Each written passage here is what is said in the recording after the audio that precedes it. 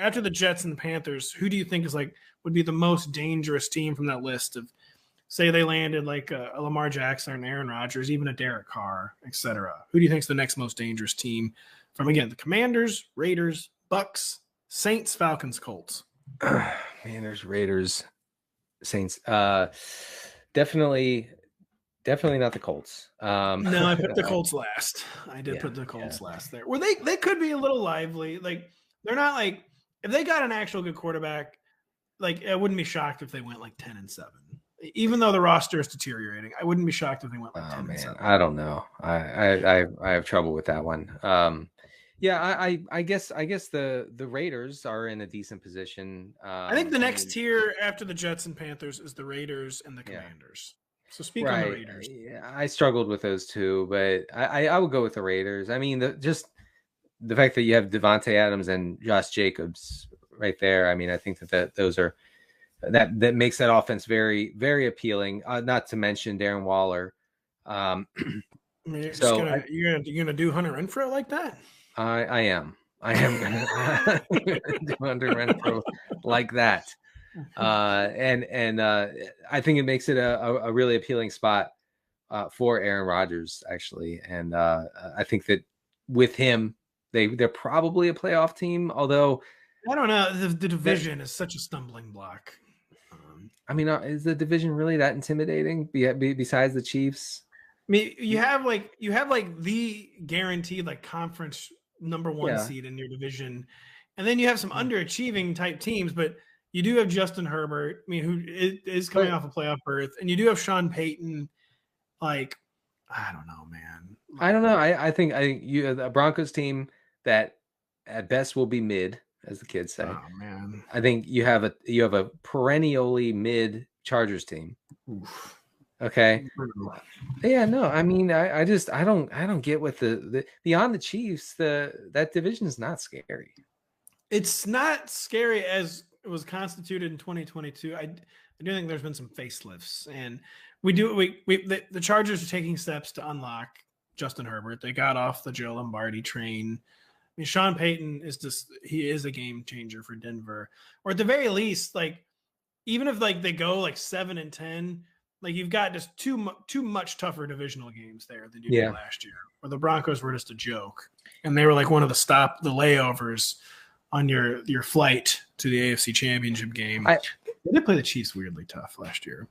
I think Washington is interesting here as a landing spot. I do think Sam Howell has appeal, has long-term appeal, not as like a game-breaking type play, but as a game manager, I think that he can be fine in that role. In fact, I think Sam Howell seems destined to be like the next heartbreaker to me. I don't know. I think the Commanders really messed up in not giving him half a season under center. They did the worst of both worlds, where it's like there's like basically not a worse thing, because even like really smart football people, like, you can understand that it was only one game, but even if you're the most process oriented person in the world, you can I can't read too much into one game. But man, it was quite a one game. Am I right, folks? It was pretty good. They left this one impression in their head of Sam Howell where it's like it really could tempt them, I think, to making a horrible decision. Like, Sam Howell, no one should go into the season with Sam Howell as their unquestioned starter. He should have some competition for sure.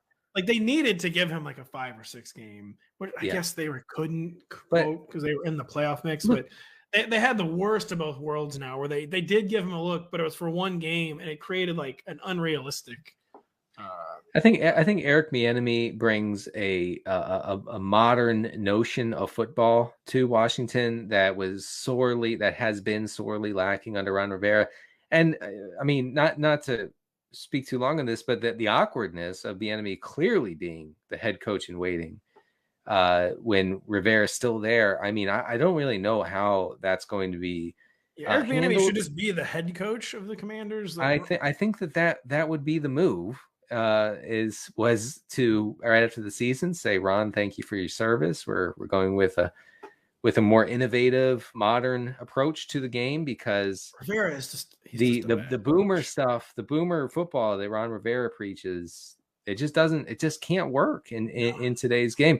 hyper conservative on fourth downs. You know, the Riverboat Ron thing, no more of that. Okay. Riverboat Ron was just known as Cam Newton doing some crazy stuff. Yeah, right. He was saying, "Oh, Cam Newton can pick up 4th and 2. Go ahead and do that."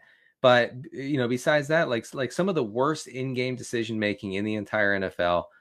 I am, you know, cautiously optimistic about the enemy and Howell and the Washington offense going forward. Man, the Sam Howell thing, I think, could end up a total. This is no pun intended, but like a total howler of a decision. It could be immediately infamous.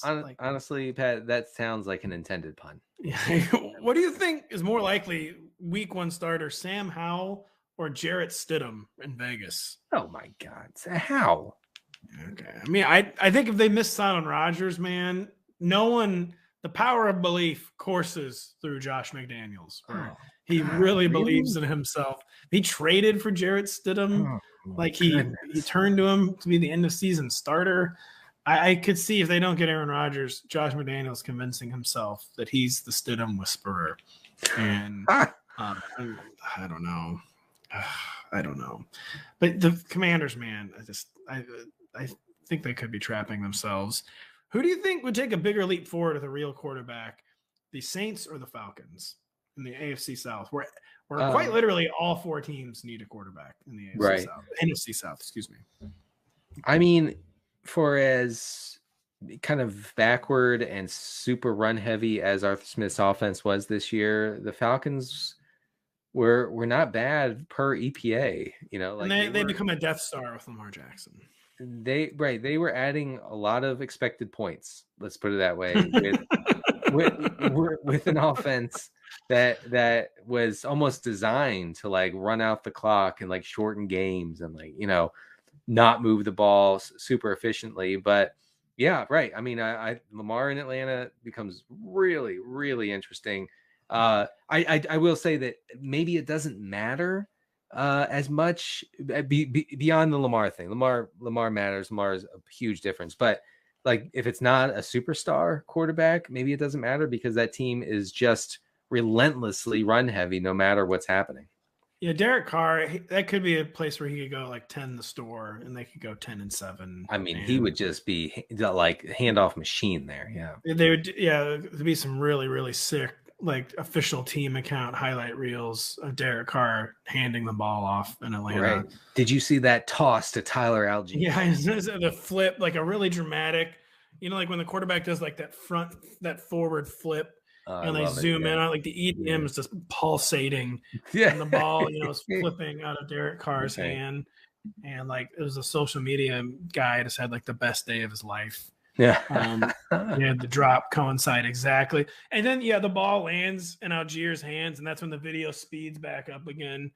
And then the Falcons radio announcer comes in. Algier gained 6 yards. Right. The video will be titled QB1. Yeah, of course. Goes without saying. I don't know who the Bucs. I mean, are the Bucs the quarterback away? I really wasn't sure where to put the Bucs on this list. The Bucs. The Bucs might be like in like their roster needs to be imploded, like an old sports arena. And are the Bucs? Would you say the Bucs? If the Bucs have Derek Carr, are they going to win the NFC South? No. Okay, yeah. No, that team's gonna stink, man. That team stunk with Brady, and Brady was fine last year. He was fine. Like he wasn't great, but he was fine. But no, the Bucs should seriously consider, if you're listening, Bucs, you should seriously consider blowing it up completely and starting from scratch because it doesn't work. It doesn't work now. I mean, this team could very easily go 3-14 this year. Yeah.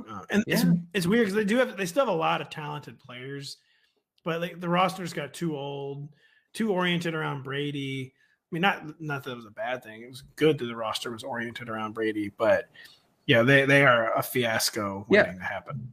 You know, the kids, the Zoomers, will soon discover what we grew up with, which is a Tampa Bay Bucs team that stinks. It stinks. Stadium 40% full, 30% of those are opposing fans. That was kind of happening even with Brady. Like they would sell out, but like opposing fans were still taking over the stadium. I don't know the exact numbers right now on like a trade of Mike Evans, a trade of Chris Godwin. And when I say exact numbers, I don't know any of the numbers, but I would say, you consider those things right now, moving major pieces to teams, contending teams, stocking up on picks. What would you trade for Mike Evans in Dynasty right now?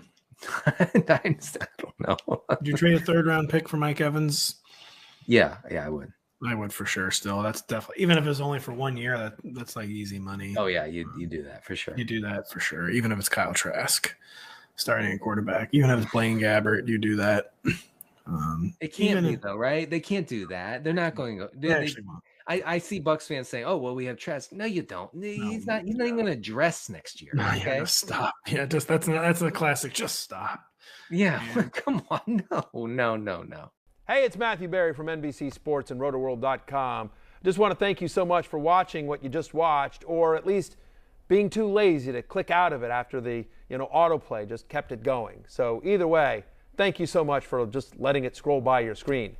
And now I'd like to ask you respectfully,